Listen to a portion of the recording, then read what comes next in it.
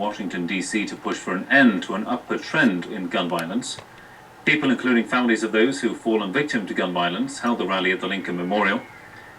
The demonstration was organized by a Philadelphia-based organization, Mothers in Charge, with the assistance of 20 activist groups.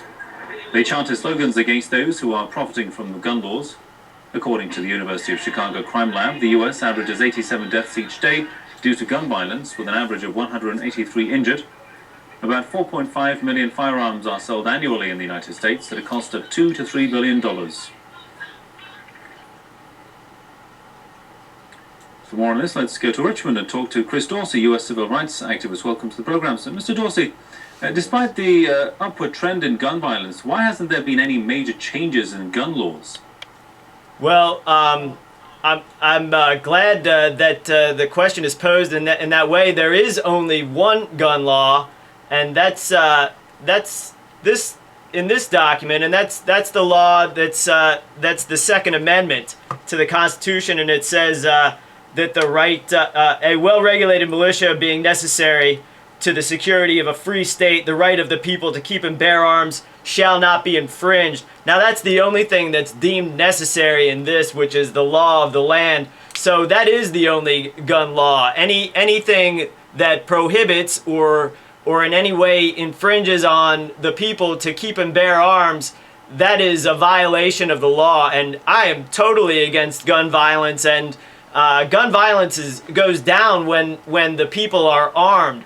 So I think that the biggest purveyors of gun violence is the United States military, the Israeli military, and yes, under the law, they must be disarmed. And the police kill American civilians on the street at a higher rate than any other criminal gang that's out there. They're the worst criminal gang, and it goes back to what your previous guest, Kevin Barrett, was talking about, and that's the government and the institutions that control the government, which is the UN and NATO, acting on behalf of the Zionist international banking cartel headed by the Bank for International Settlements, works to disarm the American people. And a disarmed population equals slavery. Anyone who is disarmed in this society is a slave to those who are armed. And the police in the United States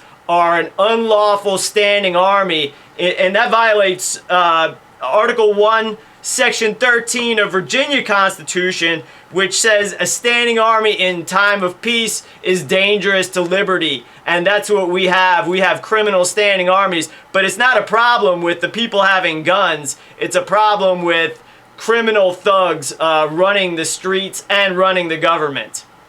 And of course, where does this gun violence stem from? Does it have its roots in politics, business, or culture?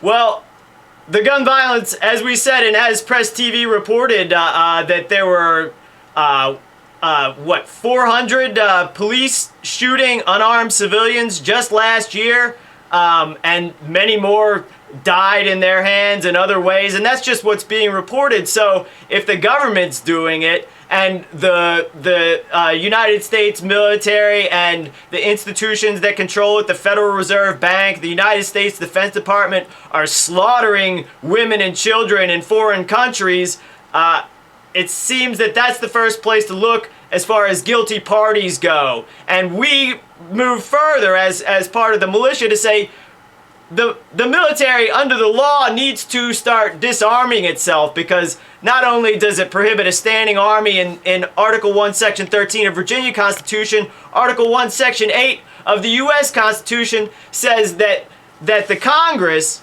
must always declare war, and not only that a standing army can only last for 2 years. So that makes everything that the United States Defense Department does unconstitutional.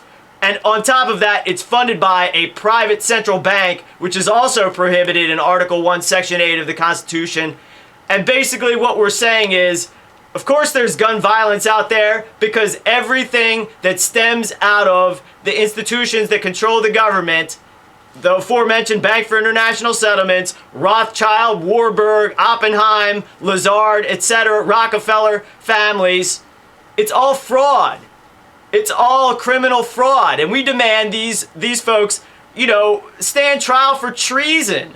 If one is a high-ranking government official, that only means that they're taking orders from the United Nations and NATO, especially if they're in the United States military. That's treason. If someone serves in the banking industry, they're taking orders and they're taking their finances from a foreign bank in Switzerland, and they're signing away all of their authority to privately owned banks. That's treason under Article 1, Section 8, and under Article 3, Section 3 of the United States Constitution.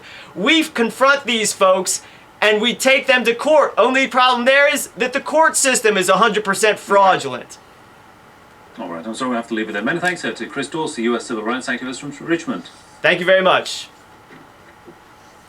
Finally, Ukraine has recently witnessed the most serious